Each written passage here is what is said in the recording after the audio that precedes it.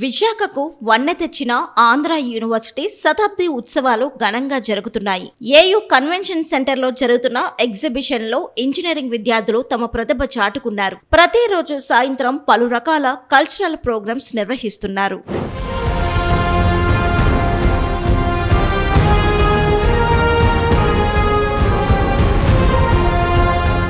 Engineering కళాశాలకు చెందిన civil, mechanical, metallurgical తదితర విభాగాల విద్యార్థులు తమ మేధస్సుకు పదును పెట్టారు. ఫలితంగా పలు రకాల నమూనాలు ఇక్కడి ప్రదర్శనలో అందరినీ ఆకట్టుకున్నాయి. ఇందులో భాగంగా టెంపరరీ మల్టీలెవెల్ వెహికల్ పార్కింగ్ నమూనా అబ్బురపరిచింది.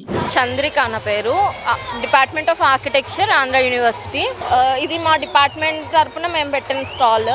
ఇది వచ్చేసి మా సీనియర్స్, మేము మా జూనియర్స్ అందరూ కలిపి చేసిన వర్క్ మాట. మా సెమిస్టర్స్లో మేము పెట్టిన వర్క్స్ అన్నీ ఈరోజు మొత్తం అక్కడ ఒక స్టాల్, ఇక్కడ ఒక స్టాల్ పెట్టాము.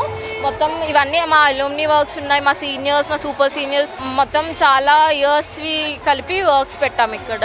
ఇది వచ్చేసి ఒక రిట్రేటబుల్ రూఫ్తో ఎరేనా మోడల్ మాట. ఇదేంటంటే మొత్తం ఏది ఇందులో పర్మనెంట్ స్ట్రక్చర్ కాదు, మొత్తం అన్నీ రిట్రేటబులే. అంటే మనం అది కావాలి అనుకుంటే అక్కడ కింద వేరే దానికి ఏమైనా మనం యూజ్ చేయాలి అనుకుంటే మొత్తం తీసేయచ్చు అనమాట.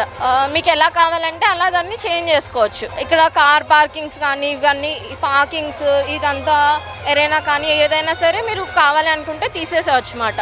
ఏది పర్మనెంట్ కాదు. ఎందుకంటే ఇది మేము డిజైన్ చేసింది మన ఏయూ నార్త్ క్యాంపస్ గ్రౌండ్లో. సో మన గ్రౌండ్లో చాలా ఈవెంట్స్ జరుగుతాయి. ఓన్లీ స్పోర్ట్స్ కోసమే కాదు కదా, చాలా ఈవెంట్స్ జరుగుతాయి. అలాంటి ఈవెంట్స్ అవి జరిగినప్పుడు మనకి ఇట్లాంటిది ఏమైనా పర్మనెంట్ స్ట్రక్చర్ కడితే చాలా ఇబ్బంది అవుతుంది. చాలా కొంచెం మందికే ప్లేస్ సరిపోతుంది. ఆ టైంలో మనకి ఆ స్పోర్ట్ జరిగేటప్పుడు ఉంటుంది, అయిపోయిన వెంటనే తీసేసి పక్కన పెట్టేసుకోవచ్చు. మళ్ళీ కావాలన్నప్పుడు బిగించుకునేలాగా. మొత్తం అన్ని ఏది ఇందులో ఎక్కడ కూడా పర్మనెంట్ మెటీరియల్స్ వాడలేదు. కాంక్రీట్ కానీ, సిమెంట్ కానీ, ఆర్సీసీ కానీ ఏమి యూజ్ చేయలేదు. మొత్తం అన్ని స్టీల్, అల్యూమినియం లాంటి టెంపరరీ మెటీరియల్స్ యూజ్ చేసి చేసామన్నమాట.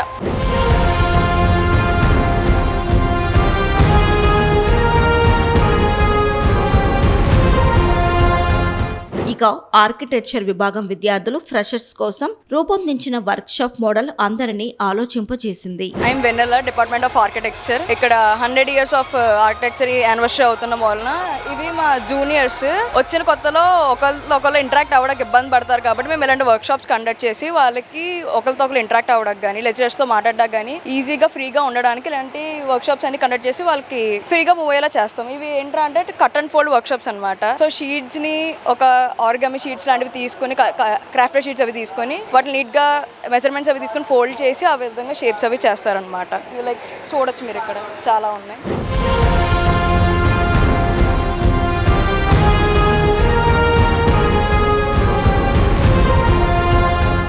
మెటలార్జికల్ విద్యార్థులు తయారు చేసిన సింటర్ ప్లాంట్ ద్వారా వ్యర్థాల నుండి వస్తువుల తయారీ గురించి సమగ్రంగా వివరించారు. ఇక్కడి స్టాల్స్ విద్యార్థులు సందర్శకులతో కలకల్లాడుతున్నాయి.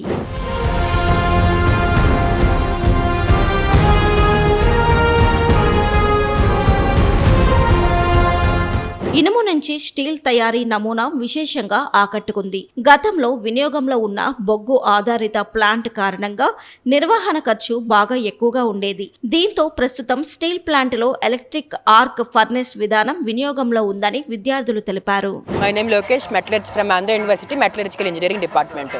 మేము ఈరోజు ఎలక్ట్రిక్ ఆర్క్ ఫర్నెస్ని రిప్రజెంట్ చేస్తున్నాం. Present electric arc furnace main use ఏంటంటే ఐరన్ నుంచి స్టీల్ని ప్రొడ్యూస్ చేయడం అనమాట. మన డైరెక్ట్గా స్టీల్ అనేది బయట దొరకదు. సో దాన్ని ప్రొడ్యూస్ చేసుకోవాల్సింది ఐరన్ నుంచి. దాని మెథడ్ వాడే మిషన్ ఎలక్ట్రిక్ ఆర్క్ ఫర్నెస్. ఇది బేసిక్ మెథడ్. మన స్టీల్ ప్లాంట్లో ప్రెజెంట్ దీన్ని వాడుతున్నారు, SMS 2లోనే. దానికన్నా ముందు ఏంటంటే ఎలక్ట్రిక్ కన్వర్టర్ని వాడేవారు అక్కడ. అదేంటంటే కోక్ వాడాలి, చాలా ఎక్స్పెన్సివ్ అయిపోతుంది ప్రెజెంట్. సో ఆల్టర్నేట్గా మనకి కరెంట్ కోక్ తగ్గించి కరెంట్ యూజ్ చేయడానికి ఎలక్ట్రిక్ ఆర్క్ ఫర్నెస్ వాడతారు.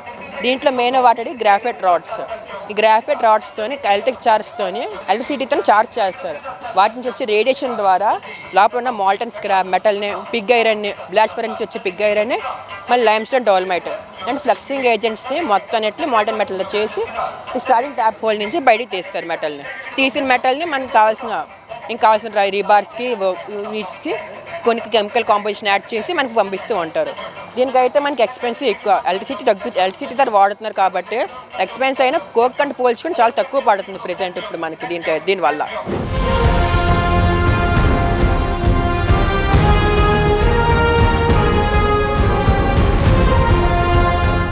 మెకానికల్ బ్రాంచ్ విద్యార్థులు సముద్రపు నీటి నుంచి డిజిటల్ వాటర్ తయారీ యూనిట్ ప్రదర్శించారు. ఎవాపరేషన్ ప్రాసెస్ నిమిత్తం చింతపిక్కలు వాడడం ఈ నమూనా ప్రత్యేకత అని చెప్పాలి. ఐఎమ్ సంతోష్ని పాడి from mechanical department, Andhra university college of engineering for women. మా ప్రాజెక్ట్ ఏంటంటే సోలార్ డీసాలినేషన్ అనమాట. సీ వాటర్ నుంచి డిస్టిల్ వాటర్కి కన్వర్ట్ చేయడం. ఇది ఏంటి అంటే సన్లైట్ నుంచి వచ్చిన హీట్ వల్ల వాటర్ అనేది హీట్ అయ్యి ఎవాపరేషన్ జరిగి గ్లాస్ సర్ఫేస్ మీద కండెన్స్ అయ్యి వీట్ రఫ్లో కలెక్ట్ అవుతుంది అనమాట. ఇది నార్మల్ కన్వెన్షనల్ స్టిల్. మేము మోడిఫికేషన్గా టామరిన్ సీడ్స్ అనేవి యూజ్ చేసాం. ఎందుకంటే హీట్ స్టోరేజ్ కెపాసిటీ ఎక్కువ ఉండడం వల్ల డే టైంలో హీట్ని స్టోర్ చేసుకొని నైట్ టైం అని రిలీజ్ చేసి ఎవాపరేషన్ ప్రాసెస్ అనేది జరుగుతుంది అనమాట. ఇది ఏంటంటే మేము 2 కేసెస్లో చేసాం. ఒక కేసు ఏంటి అంటే ఓన్లీ సీ వాటర్ అంటే సన్లైట్ మార్నింగ్ టైమే అవుతుంది, ఈల్డ్ వస్తుంది. ఇంకో కేసు ఏంటి అంటే టామరిన్ సీడ్స్ యూజ్ చేయడం వల్ల నాక్టర్నల్ ఈల్డ్ కూడా పెరుగుతుంది అనమాట. నార్మల్ వాటర్తో చేసినప్పుడు మాకు పర్ డే 400 ml వచ్చేది.